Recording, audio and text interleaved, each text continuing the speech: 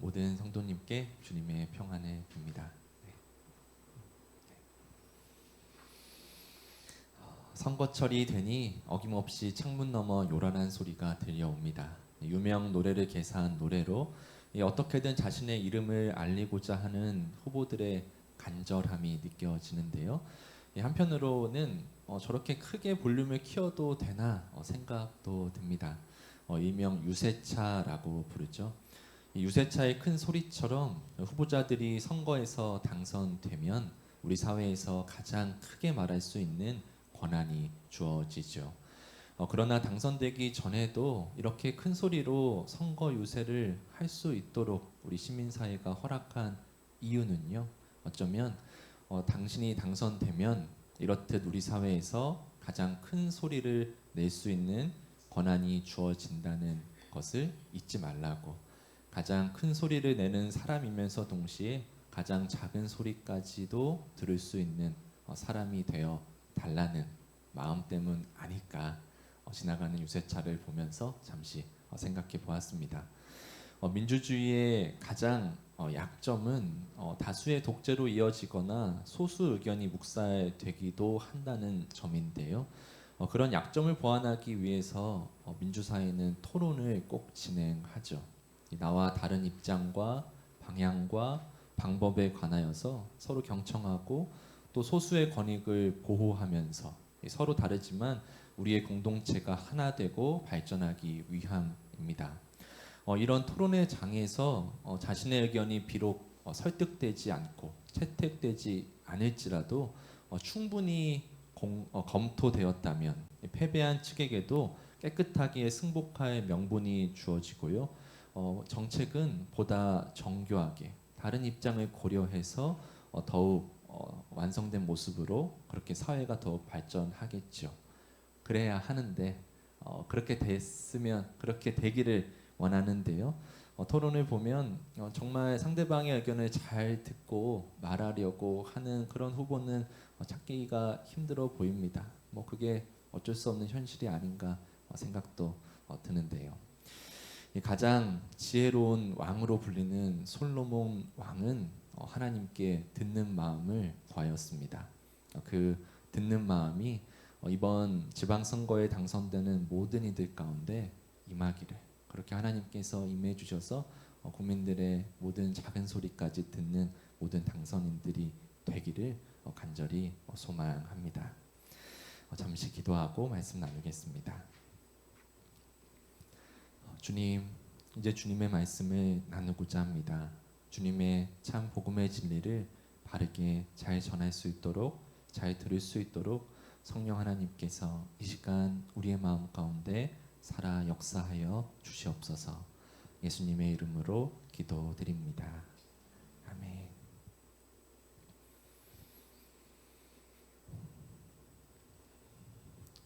카르텔이라는 단어 들어보셨나요? 우리 말로 담합이라는 담합을 뜻하는 이 단어는 처음에는 군사 용어로 쓰였습니다. 전쟁 중이던 나라들끼리 잠시 전쟁을 멈추고 포로 교환이나 휴전 조건 등을 적은 서면 계약서를 카르텔이라고 불렀습니다. 이 카르텔의 어원이 종이 조각이란 뜻을 지니고 있거든요. 그런데 이 단어가 19세기 독일에서 전혀 다른 방식으로 발전되었습니다. 당시 독일의 대기업들이 서로 간의 경쟁을 피하고 이익을 극대화하기 위해서요, 은밀하게 생산량과 가격을 맞추는 약속을 했는데요. 기업들이 서로 싸우지 말자고 맺은 이 약속이 마치 전쟁터에서 맺는 휴전 협정과 비슷하다고 해서 우리가 알고 있는 담합의 뜻을 가진 카르텔이라고 부르게 된 것이죠. 그래서 오늘날에도 이 카르텔은 이익을 독점하기 위해 폐쇄적으로 뭉친 권력 집단을 비판할 때 널리 쓰입니다. 이런 카르텔 담합 중에서도요, 가장 악질적인 것은 바로 공동체의 필수적인 영역에서 일어나는 담합이라고 할 수 있습니다. 예를 들어 국민의 건강이나 국민의 경제나 또한 먹거리나 이 주거 공간처럼 우리 삶의 필수적인 이 공공재적인 영역 한 부분을 독점하고 자신들의 이익을 극대화하는 것이죠. 결국에는 아무리 뭐 상식선에서 다른 사람들이 보기에는 불합리한 조건으로 보일지라도 다른 선택지가 없기 때문에 결국에는 굴복하듯이 합의가 됩니다. 이것이 꼭 불법적인 담합이 아닐지라도 우리가 담합이라는 말 자체를 부정적인 카르텔의 번역어로 쓰는 이유이기도 하죠. 그렇다면 예수님 시대에 가장 강력한 카르텔은 무엇이었을까요? 단연 성전 카르텔, 종교 카르텔이었습니다. 예수님께서 성전의 환정상들과 장사꾼들의 상을 뒤엎으신 사건은 눈앞에 보이는 몇몇 개인의 탐욕을 향한 분노가 아닙니다. 그 장사꾼들이 성전 뜰에서 대놓고 영업을 할 수 있도록 성전을 사유화하고 자릿세를 받고 수수료를 챙긴 권력자들, 그 부조리한 구조를 설계한 성전 카르텔을 향한 거룩한 분노이자 도전이었습니다. 이 시간 그 성전 카르텔의 실체를 조금 더 들여다보며 그들의 모습 속에 우리의 모습은 없는지, 어떻게 우리도 예수님처럼 살아갈 수 있는지 함께 나눠보고자 합니다. 오늘 본문은 예루살렘 성전에 입성하신 예수님의 이야기인데요. 이스라엘 민족의 가장 큰 절기인 유월절 기간, 이 절기를 지키기 위해서 찾아온 유대인들과 더불어 돈을 바꿔주는 환전상들, 제물로 쓰이는 가축을 파는 장사꾼들로 성전 뜰은 소란스러웠습니다. 그들이 그곳에서 있어야 하는 이유가 있었는데요. 먼저 환전상이 있었던 이유는 이렇습니다. 율법에 따라서 모든 유대인 성인 남성은 매년 성전 유지와 제사를 위해서 반세겔의 성전 세금을 바쳐야 했습니다. 출애굽기에 이렇게 나와 있습니다. 출애굽기 30장 13절 14절입니다. 제가 읽겠습니다. 인구 조사를 받는 사람은 누구나 성소의 세겔로 반세겔, 은 약 6g을 내야 한다. 한 세겔은 20게라이다. 이 반세겔은 주에게 올리는 예물이다. 20살이 넘은 남자, 곧 인구 조사를 받는 사람은 누구나 다 주에게 이 예물을 바쳐야 한다. 참고로 출애굽기에서 말하는 세겔은 은의 무게를 뜻하고요. 예수님 시대의 세겔은 두로 지역에서 만든 은동전, 은화를 말합니다. 출애굽 시대에는 정형화된 이 동전이 없었기 때문에요. 이 금이나 은 덩어리를 가지고 다니다가 이 거래할 때마다 무게를 재서 값을 치렀습니다. 그런데 뭐 예나 지금이나 이렇게 무게를 가지고 저울추를 가지고 이렇게 거짓으로 이렇게 장난을 치는 사람들이 있었거든요. 그래서 본문에 나오는 이 성소의 세겔로 반세겔을 내라라는 이 말은요, 시장에서 쓰는 그런 거짓추, 가짜추가 아니라 성소에서 사용하는 정확하고 공인된 이 공정한 저울추로 무게를 잰 반세겔, 그 은 6g 정도를 성전세로 바치라는 뜻입니다. 반면 예수님 시대에 이르러 세겔은 말씀드렸듯이 은의 무게 단위가 아니고요, 이 두로 지역에서 주조한 은, 동전, 은하를 지칭하는데요. 구약에서 이 두로는 두로와 시돈 이렇게 함께 묶여서 이렇게 항구 도시인데 이렇게 뭐 이방 도시로 언급되곤 하는 도시죠. 이 성전 당국은 오직 이 두로 세겔로만 성전세를 받도록 이렇게 강제했습니다. 왜 그런 것일까요? 당시 일상에서 쓰이던 로마 제국의 동전이나 이 로마에 앞서 유대 지역을 지배했던 그리스 제국, 헬라 제국의 동전에는요, 황제의 얼굴과 이방 신의 문양이 새겨져 있었습니다. 성전 당국은 그 동전들이 십계명에서 말하는 이 우상을 만들지 말라라는 이 조항에 위배된다는 명분을 내세웠습니다. 십계명을 어기는 이 부정한 돈이라는 얘기인데요. 뭐 그렇다면 이 두로의 세겔 은화 동전에는 이런 문양이 없었을까요? 한번 사진으로 가져와 보았습니다. 이게 두로 지역의 은동전인데요.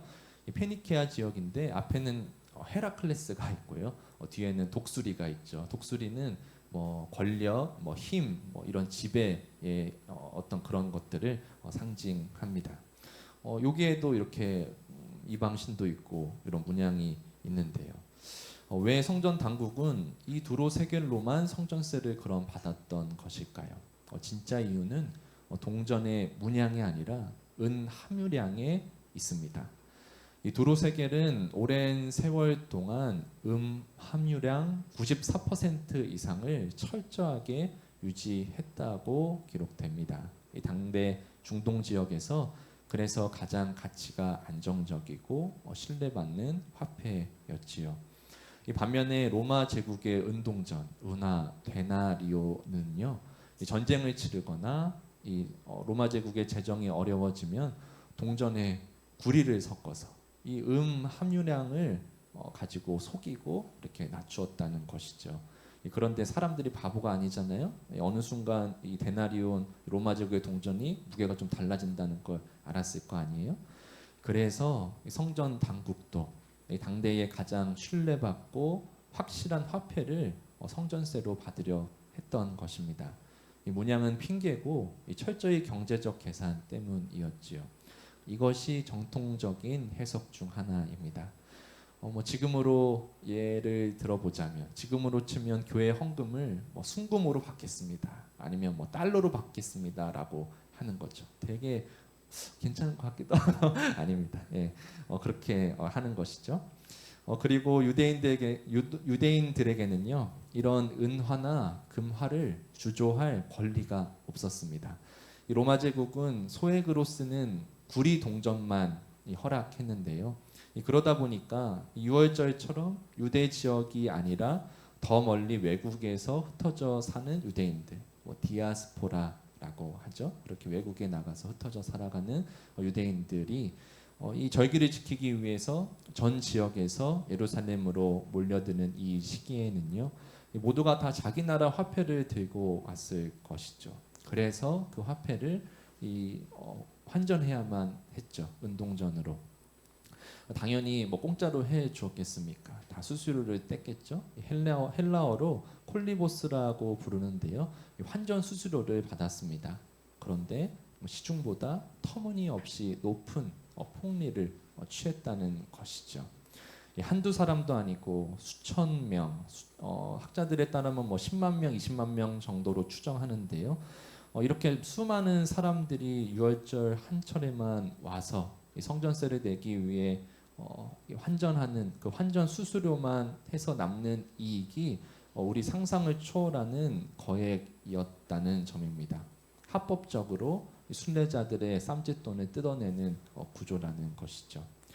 한 세겔, 이 성전세가 대략 어느 정도냐면요, 한 세겔이 4데나리온 정도 하거든요. 그래서 반 세겔이니까 2데나리온 정도 하잖아요. 그러니까 한 데나리온은 뭐 1일 노동치 금액이다 정도 이렇게 추정하거든요. 우리나라로 치면 하루 일해서 대략 10만 원 정도 번다 치면은 이틀이니까 한 20만 원 정도. 지금 생각해 보면 1년에 한 번 내는 세금이니까 그 정도 낼 수 있는 거 아닌가 싶기도 하지만 당대에는 1%도 안 되는 극소수의 사람들만 잘 살고 대다수 절대 농민 사람들은 절대적인 가난에서 살고 있었다는 점을 우리가 유념해야 합니다. 참고적으로 6월절은요 유대인들에게 새해의 시작이면서도 날짜적으로요 그리고 성전세를 정산할 수 있는 최종 마감 시한이었습니다. 너무 멀리 살아서 미처 이 세금을 내지 못하는 순례자들에게는 6월절이 성전 세금을 낼 수 있는 마지막 절기였던 셈이죠. 뭐 절기 아니고 따로 와서 내고 가면 되지 않느냐 생각할 수 있지만 몇백 킬로미터 떨어진 데 살고 있는 사람들은 6월절 절기도 지키고 세금도 낼 겸 동시에 당연히 같이 왔겠죠. 정리하자면 반드시 그리고 중요한 점은 성전 밖에서 이 환전해온 세겔은 부정하다고 받아주지 않았습니다. 정리하자면 반드시 두로의 은동전 세겔로만 성전세를 납부해야 했고요. 환전은 성전 안에서만 가능했으며 거기에 터무니없이 높은 환전 수수료를 챙긴 것입니다. 이 환전상들의 탐욕보다는 이 성전 당국이 치밀하게 설계한 독점을 통한 거의 약탈, 강도짓이죠.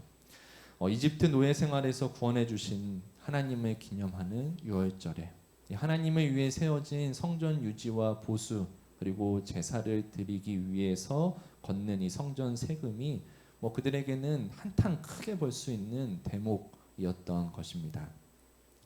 그렇게 세겔로 돈을 뜯긴 순례자들은요 이제 제사에 쓸 제물, 가축을 구해야 했는데요. 율법은 하나님께 드리는 제물로 흠 없는 것을 요구합니다.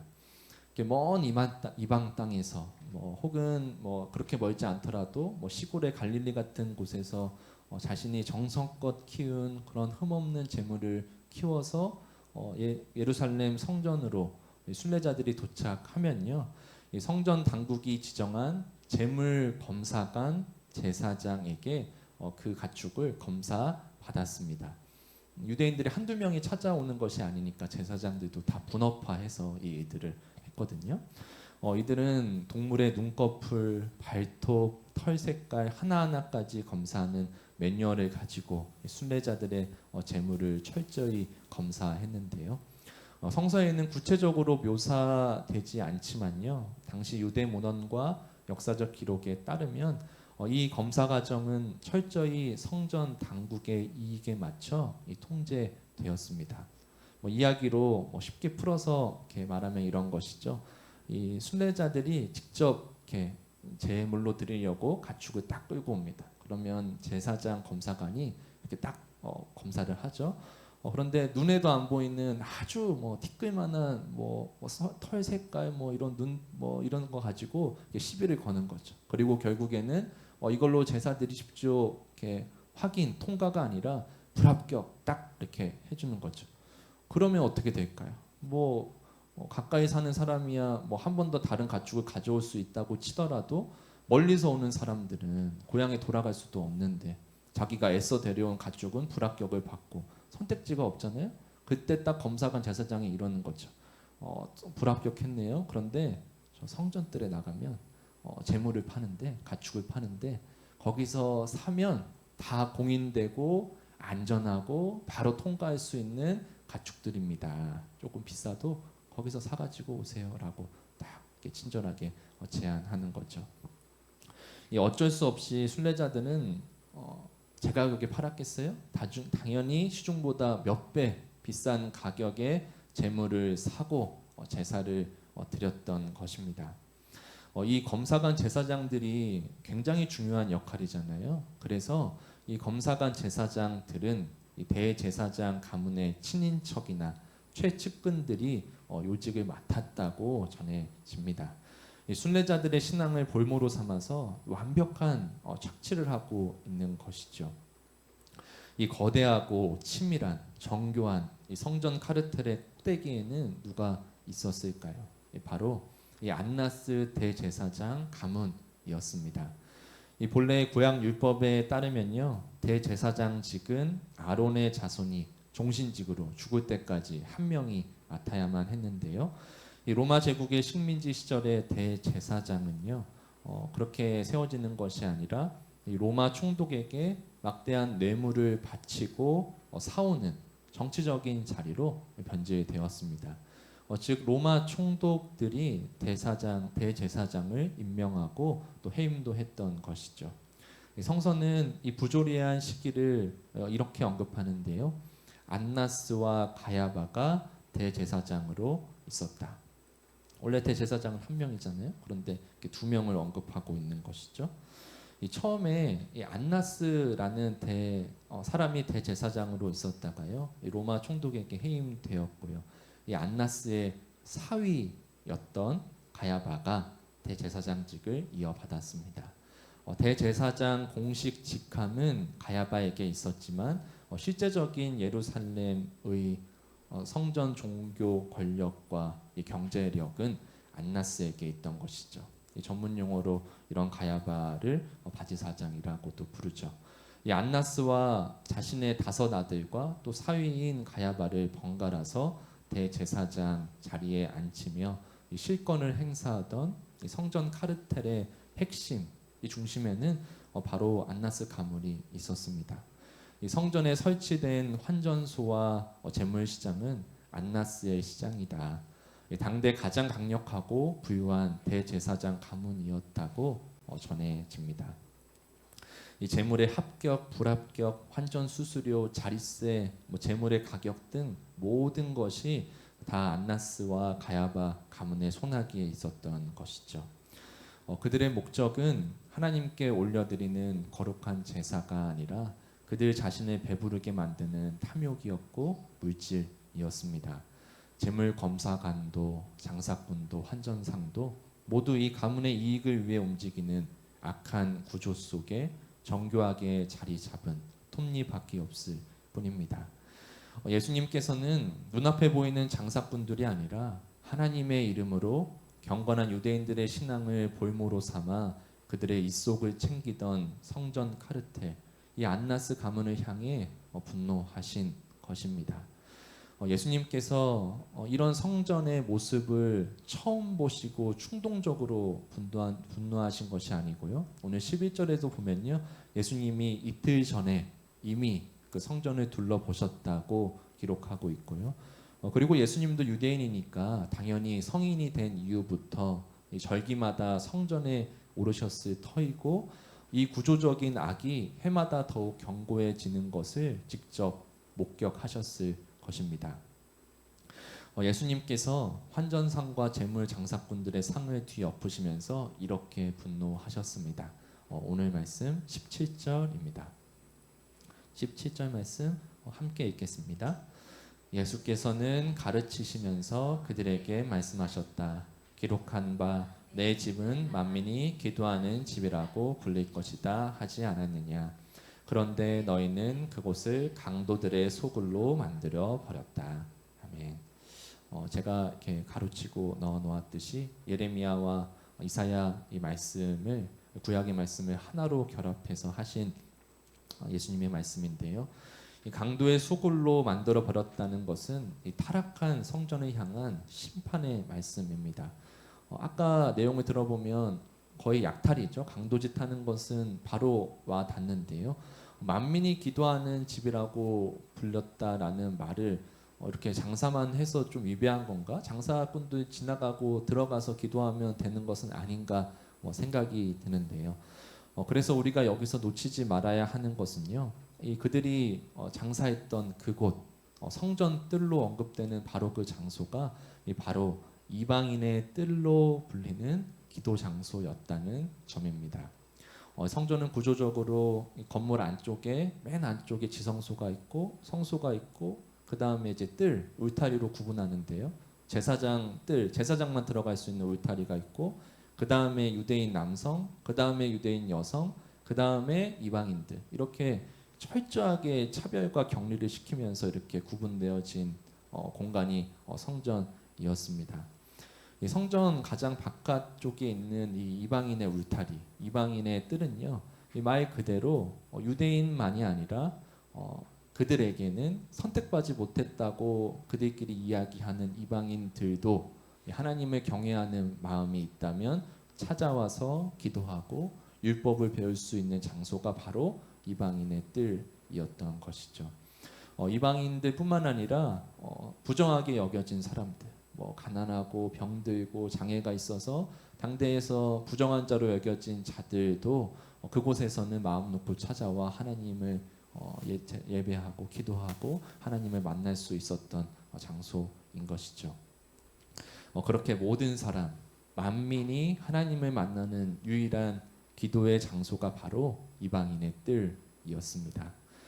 이런 장소를 성전 카르텔은 이 이방인들, 엄격한 율법의 기준에 못 미쳐 죄인 취급받던 질병과 장애로 고통받던 이들이 유일하게 기도할 수 있는 이 장소를 시장바닥으로 만들어버린 것입니다. 그렇게 이해를 하고 나서 이 말씀을 보면요, 다시 새롭게 보이는데요. 16절 말씀입니다. 16절의 말씀을 제가 읽겠습니다. 성전 뜰을 가로질러 물건을 나르는 것을 금하셨다. 가로질러 다니며 기도하지 못하잖아요. 가뜩이나 동물 소리, 돈 바꾸는 이런 걸로 시끄러운데 가운데까지 다 가로질러 다니면 이방인들이 어디서 기도할 수 있겠어요. 그래서 이 16절에 가로질러 다니는 것을 금하신 것입니다. 예수님께서 이렇게 분노하셨지만요, 그들의 상을 심지어 뒤엎으셨지만요, 환전상들과 장사꾼 아무도 여기에 반대하거나 예수님께 싸우려고 달려들지 않습니다. 예수님 무리가 함께 하고 있더라도 말이죠. 어쩌면 그 분노가 자신들이 아니라 자신들 뒤에 있는 사람들을 향한 것임을 그들도 느꼈기 때문일지도 모르겠습니다. 주변의 제자들, 유대인들 모두 알고는 있었지만 모두가 다 이건 아닌데라고 생각은 했지만 그 거대하고 강력한 성전 카르텔 앞에 어느 한 개인이 나서기에는 상당히 두려웠을 테죠. 불이익도 있고 잘못하다가 재판에 끌려가서 모진 일도 당할 수 있으니까요. 그러나 예수님께서 그 실체를 폭로한 순간 유대인들 모두의 마음에 그들도 무엇인가 느꼈을 것입니다. 그렇게 큰 소동이 끝난 뒤 성전 카르텔의 반격이 본격적으로 시작되는데요. 이제 두려움은 유대인들 몫이 아니라 바로 그들의 몫이 됩니다. 이 본문 18절 19절을 제가 한 번 더 읽겠습니다. 대제사장들과 율법학자들이 이 말씀을 듣고서는 어떻게 예수를 없애버릴까 하고 방도를 찾고 있었다. 그들은 예수를 두려워하고 있었던 것이다. 무리가 다 예수의 가르침에 놀라고 있었기 때문이다. 저녁 때가 되면 예수와 제자들은 을의 성 밖으로 나갔다. 동네 회당에서 백성들에게 율법을 가르치며 존경받던 율법학자들까지도 예수를 죽이는 일에 합세합니다. 결국 그들도 이 성전이 있어야 율법이 유지가 되는 것이고 율법을 해석하는 권위로 자신들이 존재하고 이렇게 살아갈 수 있는 것이니까요. 유대인 무리가 그런데 그 자신이 해석하는 자리에 율법학자인데 당시에 있는 유대인 무리가 저 예수라는 시골 청년의 가르침에 다 놀라니까 자신들의 그런 해석의 권위까지 잃어버릴까봐 겁이 났던 것이죠.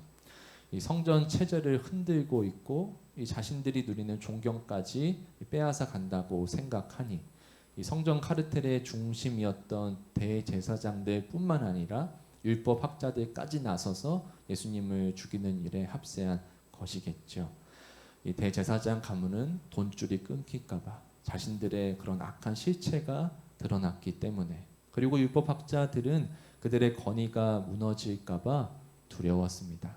이해관계는 달랐지만 공통의 적 앞에서 그들은 하나가 되죠. 이 카르텔의 작동 방식입니다. 특별히 마지막 절에 예수와 제자들이 저녁 때가 되면 을의 예루살렘 성 밖으로 나갔다고 기록을 하는데요. 낮에는 예수님 제자들이랑 무리들이랑 같이 다니고 있으니까 아무리 그런 대제사장이나 율법학자 무리들이 죽이려고 이렇게 암살을 시도하려고 해도 어렵잖아요. 그런데 저녁이 되면, 밤이 되면 가뜩이나 성 안에 갇혀 있는 상태에서 성문 막고 딱 공격해 버리면 도망가기가 어렵잖아요. 그래서 예수님은 을에 예루살렘 저녁이 되면 성 밖으로 나가서 피신했던 것입니다. 무작정 맞서 싸우는 것만이 능사가 아니라 그런 위험 요소를 파악하고 피신하신 예수님의 지혜도 우리는 잊지 말아야 합니다. 그리고 예수님께서 성전에 들어오시기 전에 겉으로 보기에 잎이 무성하지만 열매가 없는 무화과 나무를 저주하고 책망을 하셨는데요. 이 말씀만 떼어놓으면 나무가 뭐 그렇게까지 잘못이 있나 생각이 들지만 사실은 그런 나무와 같이 겉으로는 화려한 성전임에도 아무런 열매를 맺지 못하고 있는 그런 성전 카르텔을 향한 그런 사람들을 향한 예언의 어떤 사전의 예언의 모습이었던 것이죠. 하나님의 이름으로 카르텔을 만들고 그 카르텔을 통해 자신들을 보존하고 권력을 유지하고 탐욕을 채우는 모습은 예수님 시대에도 그리고 오늘날에도 여전히 계속되고 있습니다. 오늘날 자본주의의 정점에 선 이 대형 교회의 지도자들은요, 상상하기 어려운 호화 주택에 살고 있고요, 또 고급 리무진을 타고 다니고요. 미국의 어느 대형 교회 목사님들은 개인의 이 수천만 달러의 이 호화 전용기를 구매하기도 하고요. 그리고 그 구매하고 싶다고 헌금을 요구해서 이슈가 되기도 했습니다. 제가 여기서 제 비행기를 사겠다고 이렇게 헌금을 구한다면 어떤 반응일까 생각이 드는데, 그것이 실제로 일어났고 그렇게 해서 구매를 했고 가지고 있다는 점이 더 놀라운 점 아니겠습니까? 대제사장직을 돈 주고 매매했듯이요, 큰 교회 목사직을 두고 사고 팔기도 하고요, 세습하기도 하고요, 나눠주기도 하고 교환하기도 하고 이 가족 저 가족끼리 그렇게 주고받기도 합니다. 누구 한 사람, 누구 한 교회의 탐심이나 일탈을 문제 삼는 것보다는요, 그것을 가능하게 하고 그것을 합법적으로, 구조적으로, 시스템적으로 견고하게 만들어주는 사람들 간의 담합이 있다는 것이, 그것이 더 큰 문제라고 생각합니다. 우리 사회에도 여러 분야의 카르텔이 있잖아요. 굳이 특정 이름을 언급하지 않아도 국가 경제를 볼모로 삼아서 자신들의 이익을 얻으려는 사람들도 있었고요. 또 의료 건강을 볼모로 삼아서 그렇게 했던 분야도 있었고요. 그런데 교회까지도 교인들의 신앙을 볼모로 잡고서 자신들의 입속을 챙기려고 한다면 하나님께서는 뭐라 말씀하실까요? 저도 이렇게 딸이 태어나고서 제 마음가짐이 조금 달라졌는데요. 제가 이전에도 그렇게 사회 문제나 교회 정의에 관해서 제 온 이렇게 삶을 투신한 것은 아니지만요. 그런데 아이가 생기니까 더더욱 더 안전지향적으로, 조금 보수적으로, 그냥 그럴 수도 있지, 굳이 큰 어떤 말을 해서 위험에 닥칠 만한 그런 일조차 만들지 않는 것이 더 낫겠다. 나뿐만 아니라 내 가정, 내 아이를 보호하기 위해선 이런 생각이 솔직히 듭니다. 그런데 한 걸음 더 생각을 해 보니까요, 결국에는 이 아이가 살아가야 하는 이 세상이 더 나은 세상이 되도록 하는 것이 이 아이 하나만을 보호하는 일을 넘어서서 부모가 해야 하는 역할, 또 책임이 아닐까라는 생각도 들게 되었습니다. 물론 나 한 사람 개인의 존재는 아주 작고 미비하고 부족할지라도요, 적어도 내가 속한 일터와 조직 속에서 조금 더 보다 나은, 정직하고 더 옳은, 더 선한 결정을 내리기 위해 애쓰는 일들 말입니다. 개인의 경건만을 이야기하면서 이런 거대한 악의 실체에 외면해서도 안 되고요. 그리고 원래 세상은 그런 것이라고 단념하고 무시해서도 안 되겠습니다. 그저 우리가 오늘 할 수 있는 일을 하나씩 용기 내서 해 나가는 것이 하나님 나라를 이뤄가는 발걸음, 시작 아닐까 생각해 봅니다. 오늘 우리에게는 오늘의 예수가 필요합니다. 오늘의 예수로 주님은 바로 예수님을 따라 살아가겠다고 고백하고 예수님을 사랑한다고 고백하는 우리를 부르시고 계십니다. 이 성전 카르텔의 밥상을 뒤엎으신 주님께서 오늘 우리 마음속 성전에도 찾아오십니다. 우리가 어떤 마음으로 하나님을 섬기고 있는지, 혹시 나의 침묵과 동조가 또 다른 카르텔을 지탱하고 있지는 않은지 말입니다. 예수님은 당대 종교 권력자들의 음모와 결탁으로 끝내 죽임 당하셨습니다. 하지만 그 죽음으로써 모든 이들을 향한 당신의 사랑과 구원을 완전히 이루셨습니다. 오늘 우리도 아침에 눈 떠 태어나 밤에 눈 감으며 작은 생명과 죽음을 날마다 경험하며 살아가는데요. 오늘 우리의 매일의 삶이 이 땅에 하나님 나라를 이뤄가는 일에 쓰임 받기를, 그렇게 살아가기를 간절히 축원드립니다.